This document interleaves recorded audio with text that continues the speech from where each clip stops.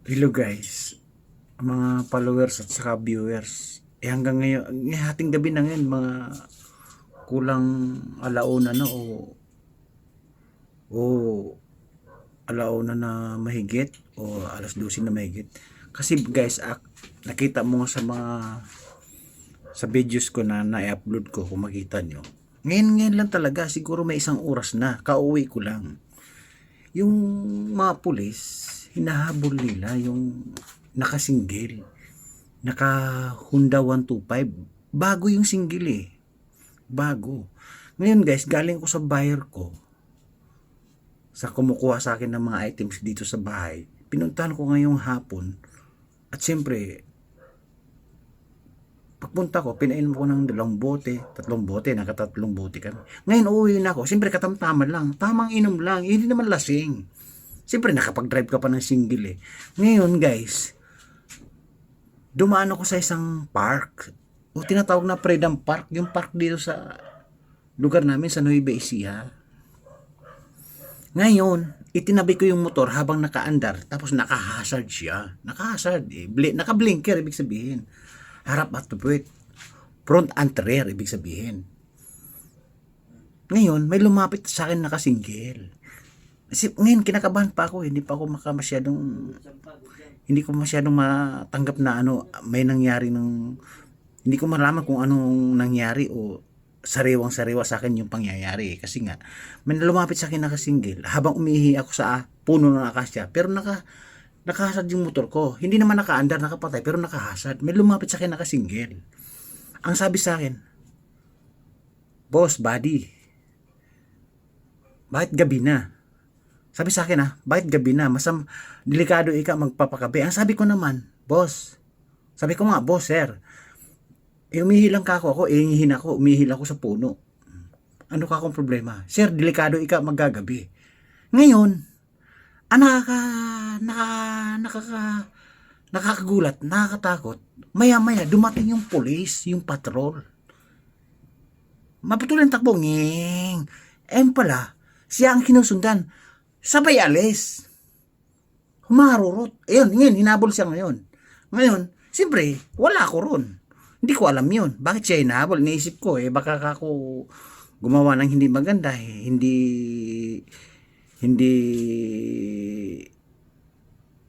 maganda yung ginagawa niya, baka gumagawa ng illegal. Hinabol ngayon. Ngayon, nung pauwi na ako, doon mismo guys, sa mismong dinaanan ko, sa kanto na yun, paliko na yun, yung vlog ko nga, yung na-post ko na nga, kung nakita nyo, abay, sinita ko na, sir.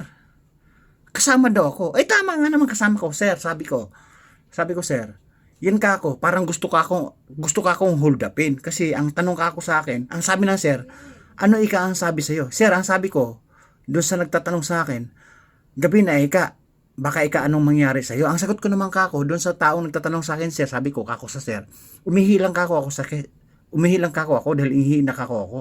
Dahil napadaan lang kako ako. Sabi ko. Ngayon, gabi na, delikado dyan. Ngayon, tama nga, may patrol nga dumaan na ganun. Ngayon, ang ini-expect na sir, kasama ako, tama, nakita siguro ako sa isang lugar na yun, nakasama ako, pero ako, gustong gagawa ng kawalangian, gusto akong hold upin. Yun ang sabi ko sa sir. Ngayon, biniripay ako ngayon sa mga sir, taas ang kamay ko, angat yung damit ko, tinitingnan yung wallet ko, tinitingnan yung bulsa ko kung anong mayroon. Ang sabi ko, sir, ano yan? Hindi naman ako gumawa ng masama. Sabi ko. At saka sir, magtanong kayo sa barangay namin, sa kapitan namin, vlogger ako, sabi ko. Hindi, for verification lang ikaw. O sige, walang problema, sir. Diyan ka lang, taas ang kamay mo. Maya-maya, pinakawalan nga ako. Dahil wala naman silang verification na ako'y kasama. Tama, nakita ako sa isang lugar. Ako nga lang guys, misidentity ba tawag doon? Miscommunication? Dahil ako, gusto ding hold upin. Sa taong hinahanap nila at hinahabol nila sa isang lugar na yun, saktong dumating yung pulis, tumakbo din yung nakasinggil. Akala kasama ako. Pero ako pala, gusto din gagawa ng kawalanghiyaan at gustong hold upin. Yung sinasabi kong sa akin lang, di ko alam at naging miscommunication pala na hindi ko alam ang nangyari, na hinabol na pala single na sumita sa akin. Kaya yung kanto na yon sa inuwian ko mismo, ay hinahabol na pala. Nung lumapit ako sa mga sir, sa patrol, behind the scene na guys, hindi ko na na-vlog. Out of the camera na. Nakita ko yung single, nandun na sa patrol, isinakay na. Pero yung taong sakay, hindi ko na nakikita. Baka nandun sa harap, nakapusas na o nahuli na. Yun ang miscounter o miscommunication. O ngayon, pinakita ko yung identity ko. O, ang sabi ko nga sa sir, di ba guys, nakita mo yung upload ko. Ang sabi ko, sir, akin na yung cellphone mo, sir, na magpatunay na nagsasabi ako ng totoo. Akin na yung cellphone nyo. Hahanapin ko yung channel ko. Napapatunayan ako yung isang vlogger. O, ayaw naman ibigay na sir. Ayaw ibigay yung cellphone nila. Hanggang sa lumayo. O, ibig sabihin, may duda silang kasama ako, pero hindi sila naniniwala na talagang kasama ako. Ngayong gabi lang guys, kasi nangyari kasi pumunta ako sa buyer ko. Bakit ka ako yung kalakal o items, bakit hindi niyo kinukuha ng maaga?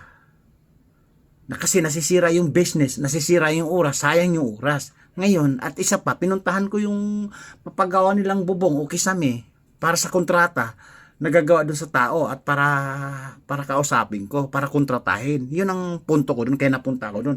Napunta naman ako sa lugar na yun na, totoo guys, sa pag-uwi ko, marami naman talagang dadaanan, hindi lang 3, hindi lang 5, marami. Doon talaga, yung daanan na yun, ibig sabihin, yung publicity, public talaga. Nagkakataon naman na, akala ko nga nung una, may banggaan, mayroong disgrasya, may salarin, may agrabyado. Yun pala yung hinahabol na tao na nakasingle, na isa ding sumisita sa akin, na daw kuno, delikado daw kuno, sa lugar na to, paggalagala. Samantala, sabi ko nga, katulad kanina, na umihilang ako. Yun pala, hold upper, kawatan pala. Siyempre, kahit dalhin naman ako sa police station, o sa pulis, imbestigahan ako, nakita naman lang identity ko. O sabi ko nga, sir, lahat kayo, akin yung mga cellphone nyo. Akin yung mga cellphone nyo. Isi-search ko yung mga channel ko, kung ilan yung channel ko, para patunayan na nagsasabi ko na ako isang vlogger. Ayaw naman. Siguro nahiya yun, sir. Siguro iniisip, nagsasabi ako ng totoo. Lumayo. O, guys, nakita niyo sa upload, sa video ko. Sa actual video, nakikita niyo. O, di ba? Kaya mahirap din guys maging vlogger Kaya hindi ako nagagala sa gabi, nagbablog.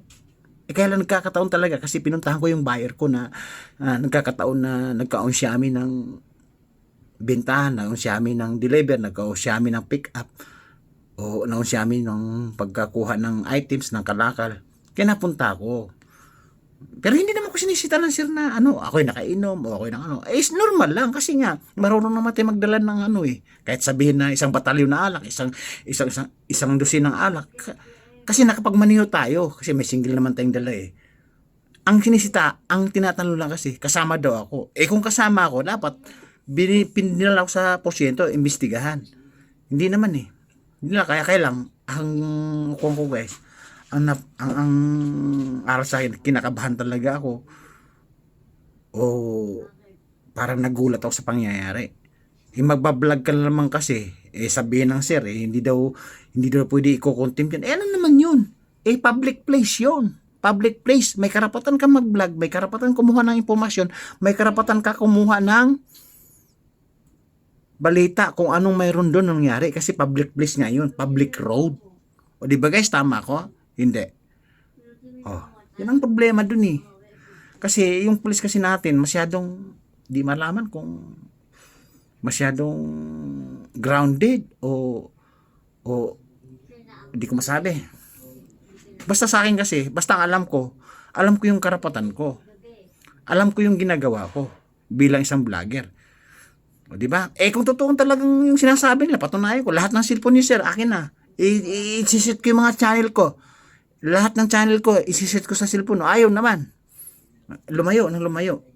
Ayun. Kaya ngayon, hanggang ngayong gabi guys, mag-2:00 na yata, hating gabi na.